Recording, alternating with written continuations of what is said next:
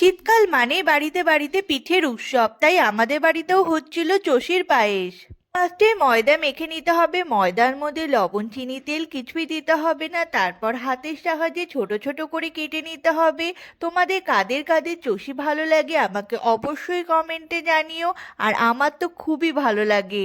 এইভাবে সবগুলো ময়দার থেকে চষি কেটে নেওয়া হলো। আর এখন তো সময়ের অভাবে বাড়িতে পিঠে হয়ই না বলতে গেলে, তো সবাই দোকান থেকে কিনে নিয়ে আসে। তো সমস্ত চষি কাটা হয়ে গেছে, এটাকে একটু রোদ্রে শুকিয়ে নিতে হবে ভালোভাবে। পর কড়াইতে ঘি দিয়ে হাতে বানানো চষিগুলো এর মধ্যে দিয়ে এটাকে ভালোভাবে ভেজে নিতে হবে লাল লাল করে।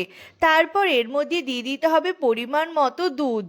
দুধ দিয়েও ভালোভাবে নাড়াচাড়া করতে হবে যাতে চষিগুলো একটা আরেকটার গায়ে লেগে না যায়। এর মধ্যে দিতে হবে পরিমাণ মতো পাটালি গুড়, দিয়েও এটাকে ভালোভাবে নাড়াচাড়া করলেই রেডি হয়ে যাবে আমাদের চষির পায়েস। ভিডিও ভালো লাগলে সাবস্ক্রাইব